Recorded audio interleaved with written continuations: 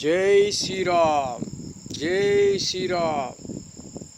ఈరోజు ప్రతి ఒక్క వీడియోలో కూడా జంతర్ మంతర్లో ఢిల్లీలో జరిగే ప్రతి విషయం కూడా చూస్తున్నాం. ఈరోజు మేము మోడీ గారిని ఒక దేవుళ్ళలా కొలుసుకున్నాం. ఈరోజు బీజేపీ చేసే ఒక పెద్ద విధానం కూడా కాషాయ వస్త్రంలో ఒక పవిత్రం ఉంటుంది, వాళ్ళ మాట్లాడే విషయంలో ఒక పవిత్రం ఉంటుంది.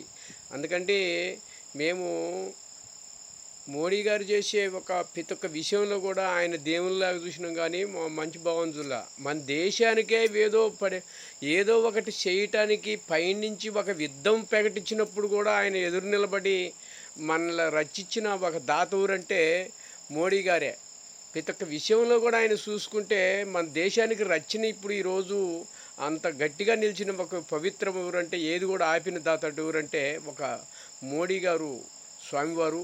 తప్పనిసరిగా ఆయనకి ఆ రామయ్య ఆశీస్సులు, ఆ వీరభ్రమేంద్ర స్వామి వారి ఆశీస్సులు, మరి అదే కాకుండా జనము ఆశీస్సులు కూడా. కొంతమంది మేలు చేసిన వాళ్ళు లక్షలాది మంది ఉన్నారు ఈరోజు ఆయన.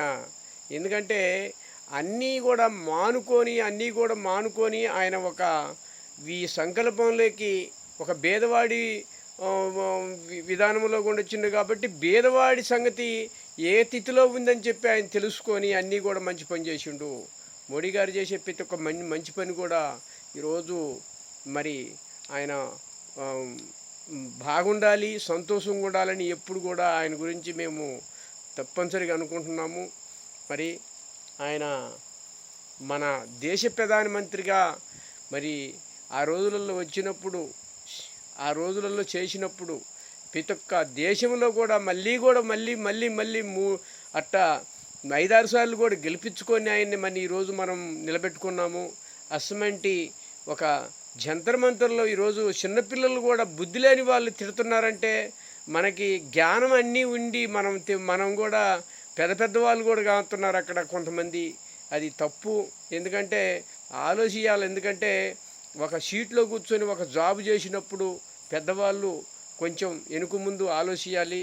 ఎందుకంటే అసలు ఈ ప్రపంచం ఎడిపోతుంది. ఎవరిని ఏ బాబతులో ఉన్నారు, ఏ టేజీలో ఉన్నారు, వాళ్ళు అనే తిథి మనకు ఉందా, అసలు అనొచ్చా అనకూడదా అనేది పిల్లలకి ఈరోజు నేర్పలేదు.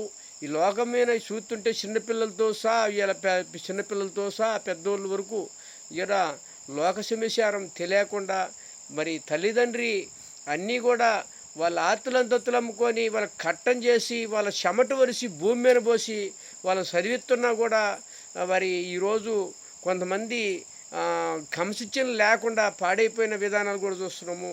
అట్లాంటి క్రమశిక్షణలో పెంచుకొని అసలు క్రమశిక్షణలో ఉండాలని అన్నీ కూడా నేనైతే కోరుకుంటున్నాను. భగవంతుడు అందరి పిల్లలు ఆనందంగా ఉండాలి, వాళ్ళ జల్లలు అందరూ బాగుండాలని కోరుకుంటున్నాను. పెద్దవాళ్ళని ఎప్పుడు కూడా గౌరవించాలి. ఆ గౌరవం అనేది మనము ఇచ్చిపుచ్చుకునేది. జై శ్రీరామ్, జై భారత మాత.